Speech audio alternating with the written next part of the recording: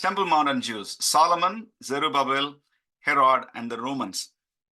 Since the days of King Solomon, son of David, Jews had their first temple established on the Temple Mount. It stood for 4 centuries, and it was finally destroyed by the Neo-Babylonians. Its treasures were carried to Babylon, except the Ark of the Covenant and few other temple artifacts. Most likely they were hidden by the temple priests. And the temple stood in ruins for several decades till the Persian era. Second Jewish temple, 516 BC to AD 70. King Cyrus the Great issued a decree in 538 BC that allowed the exiled Jews in Babylon to return to Jerusalem and rebuild their temple. About 50,000 Jews returned with Zerubbabel. The foundations for the second temple was laid in 520 BC. Ezra chapter 3 verse 10 marks the event. When the builders laid the foundations of the temple of the Lord, the priests stood dressed in their apparel with trumpets, and the Levites, the sons of Asaph, with cymbals to praise the Lord, according to the ordinance of David, king of Israel.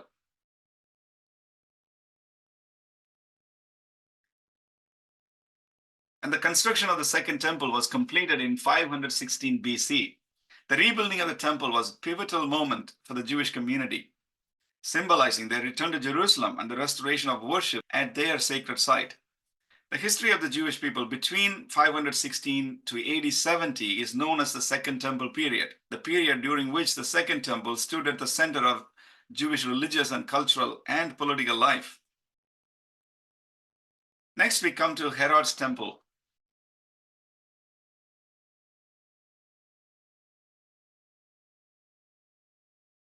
By the time of Herod's reign, Zerubbabel's temple needed major repair and enhancement, and Herod the Great embarked on the mission to expand and embellish the second temple.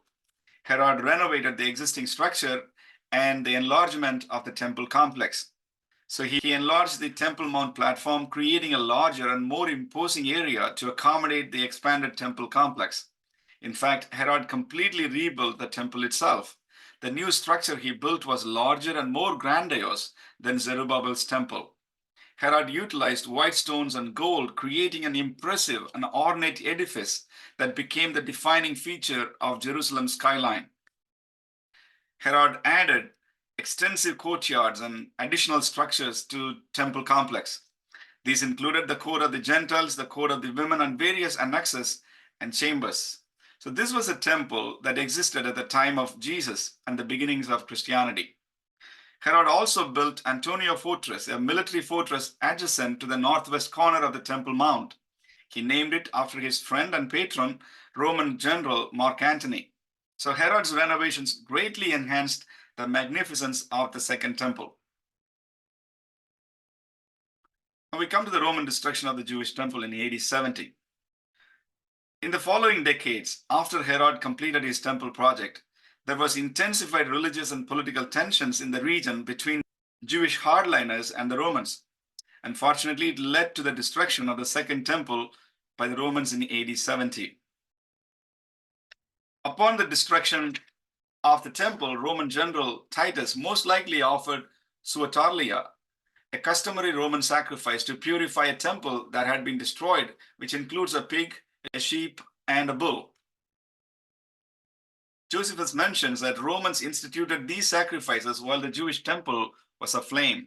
There's a strong hint that suatarlia was performed at that time. Now the Romans, upon the flight of the seditious into the city, and upon the burning of the holy house itself, and of all the buildings round about it, brought their ensigns to the temple and set them over against its eastern gate, and there they did offer sacrifices to them. And there did they make Titus imperator. The destruction of the temple by Romans marked the end of Herod's architectural legacy and a significant turning point in Jewish history. The Western Wall, or the Wailing Wall in Jerusalem, is a remnant of the Herodian retaining walls and is one of the few visible remains of Herodian construction on the Temple Mount.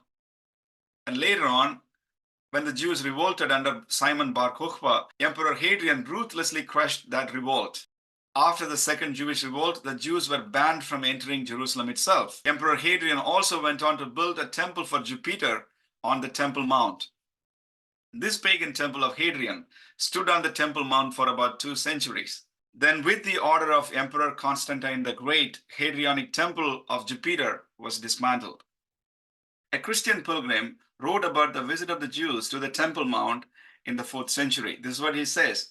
There are two statues of Hadrian, and not far from them a pure stone, which the Jews come every year and anoint. They mourn and rend their garments and then depart. Most likely, this is the foundation stone, which is under the Dome of the Rock, where Jews used to visit annually, most likely on the day commemorating the destruction of both temples. A Roman emperor who wanted to rebuild Jewish temple, Julian the Apostate. Here is an interesting bit of information. Roman Emperor Julian the Apostate, or Julian the Philosopher, a nephew of Constantine the Great, he attempted to rebuild the Jerusalem temple. He tried to repaganize Rome and get closer to the Jews in order to isolate the rising influence of Christianity. He discussed the possibility of rebuilding the Jerusalem temple. However, the work was disturbed due to powerful earthquakes, and there were also reports of mysterious fires breaking out during the construction, which were interpreted as divine disapproval for the project. Emperor Julian's reign was really short, and he campaigned against the Sassanids, and he was mortally wounded and died eventually in AD 363. So his successors, they did not pursue the reconstruction of the Jewish temple. Here we have a Roman emperor who attempted to undo the destruction of the Jewish temple by his predecessors, but could not see it to its completion. The last Jewish attempt to rebuild the temple in AD 614. In the 7th century, Jews joined the Sassanids, revolted against the Byzantines in AD 614. The Persian army, reinforced by the Jewish army led by Nehemiah ben Huziel and Benjamin of Tiberias, they captured Jerusalem. Nehemiah was then appointed as ruler of Jerusalem. He prepared for the construction of the third temple and began organizing the genealogies to establish the new great priesthood. Very soon, a Christian revolt followed, and he was killed. Also, Byzantine Emperor Heraclius invaded the Persian heartland and defeated the Sassanids in the Battle of Nineveh in AD 627.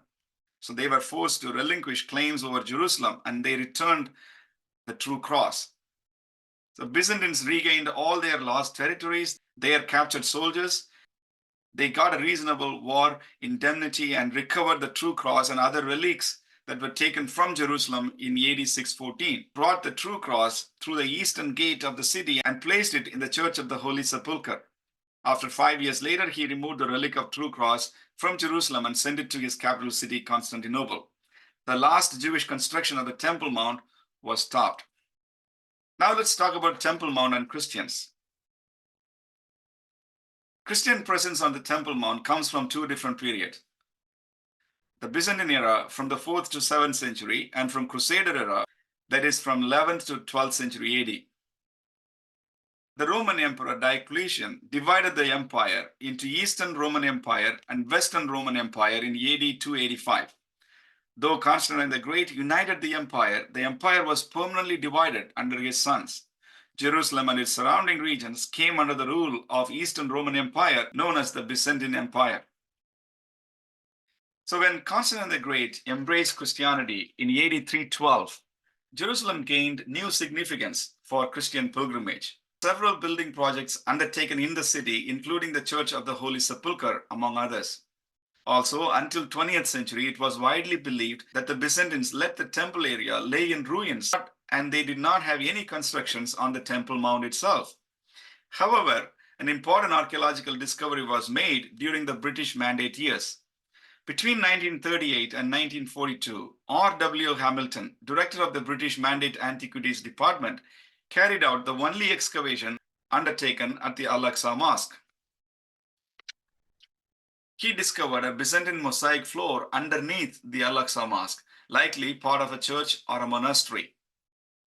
So this discovery corroborates with Byzantine historical records. Byzantine historian Procopius wrote that a church was built in 560 AD during the reign of Byzantine Emperor Justinian.